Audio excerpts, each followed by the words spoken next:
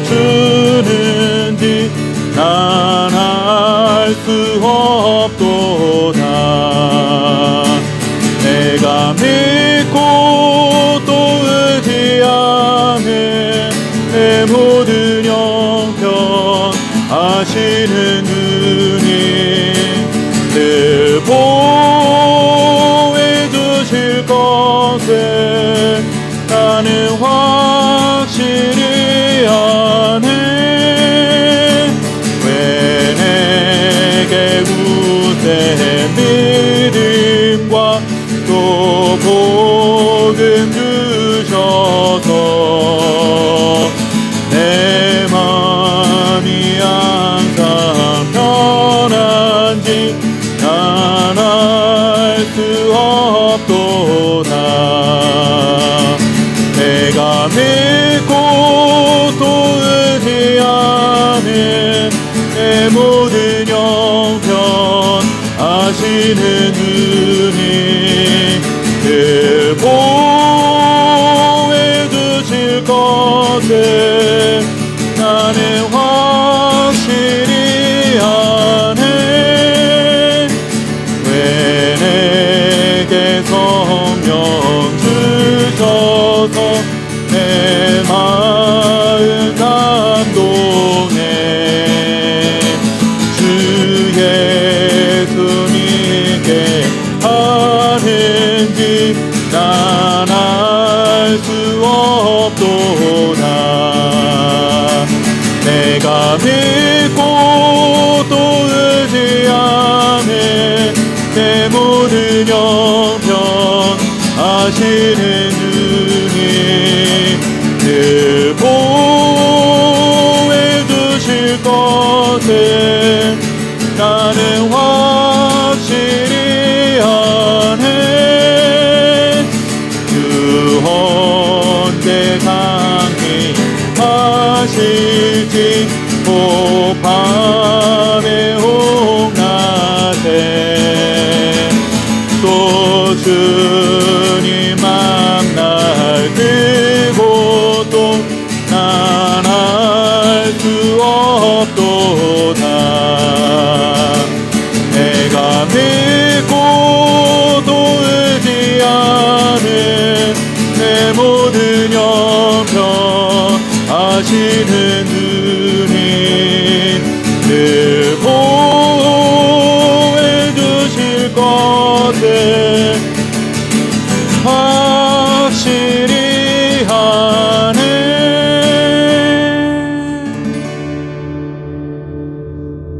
온 땅이여 하나님께 즐거운 소리를 낼지어다. 그의 이름의 영광을 찬양하고 영화롭게 찬송할지어다. 하나님께 아뢰기를 주의 일이 어찌 그리 어미하신지요.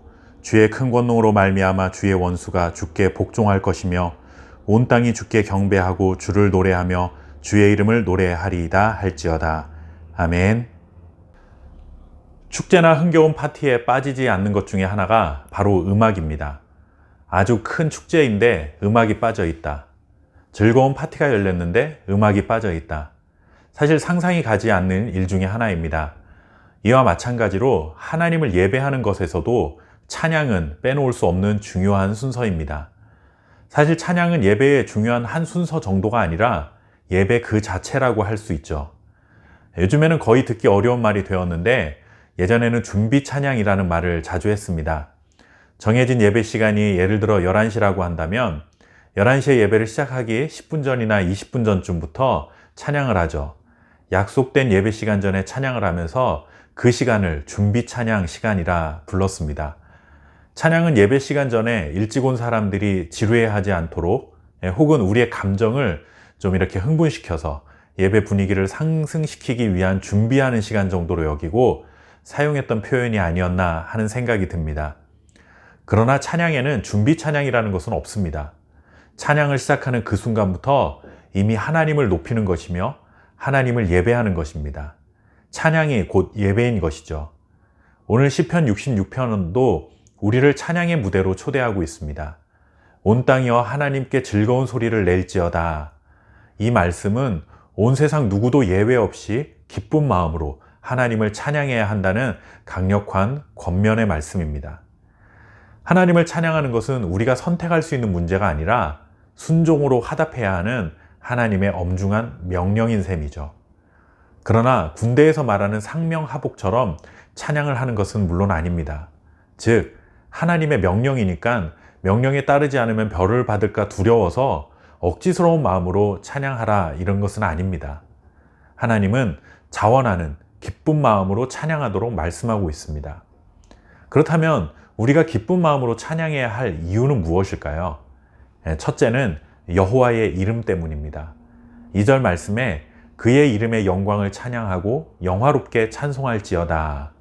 즉, 영광스러운 하나님의 이름에 걸맞는 찬양을 해라 라는 말씀입니다. 하나님의 이름 하면 가장 대표적으로 떠오르는 장면이 하나님께서 모세에게 자신의 이름을 소개한 장면입니다.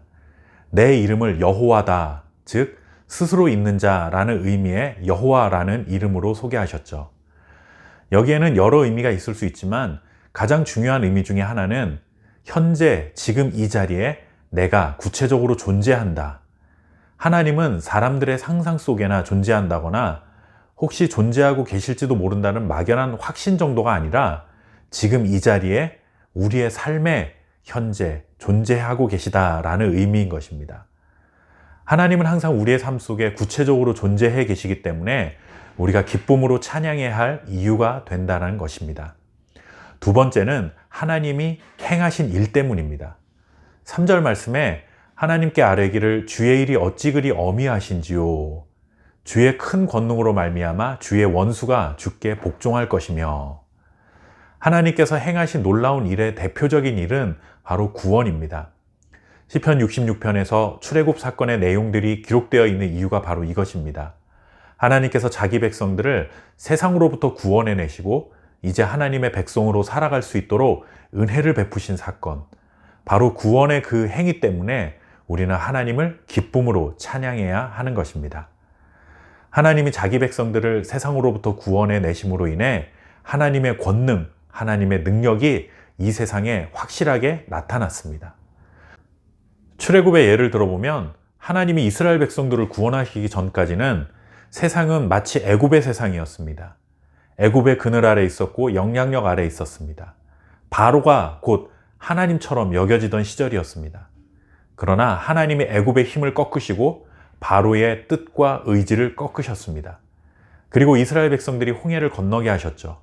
애굽이 그리고 바로가 하나님이 아님을 증명하신 사건이며 그들이 하나님 앞에 무릎 꿇게 되는 놀라운 하나님의 능력이 나타난 사건이었습니다. 온 세상을 다스리시는 분은 하나님이심을 분명히 드러내셨습니다. 예수님의 부활도 마찬가지입니다. 십자가의 죽음으로 사단이 승리한 것처럼 보였습니다. 그러나 3일 만에 부활하심으로 결국 하나님의 능력이 최종 승리하셨습니다. 사단이 통치자가 아니라 하나님이 온 세상의 통치자이심을 드러내신 것입니다. 결국 구원은 이 세상을 다스리는 자가 누구인지, 피조물들로부터 찬양을 받아야 할 진정한 대상자가 누구인지를 분명히 알게 해주신 사건입니다. 오늘 시편 말씀을 통해 우리가 기쁨으로 찬양해야 할 이유가 무엇인지 교훈을 얻게 됩니다. 첫째는 하나님이 현재 우리의 삶에 실제적으로 함께 계시기 때문이며, 둘째는 구원을 통해 우리를 하나님의 자녀 삼으셨을 뿐만 아니라 세상을 다스리시는 통치자가 하나님이심을 나타내셨기 때문입니다. 오늘도 우리의 삶에 동행하시며 우리를 지키시는 하나님, 세상의 모든 일들을 큰 권능으로 다스리시는 하나님, 그 하나님을 기쁨으로 찬양하는 놀라운 특권을 마음껏 누리고 살아가는 복된 하루 되시기를 바랍니다. 감사합니다.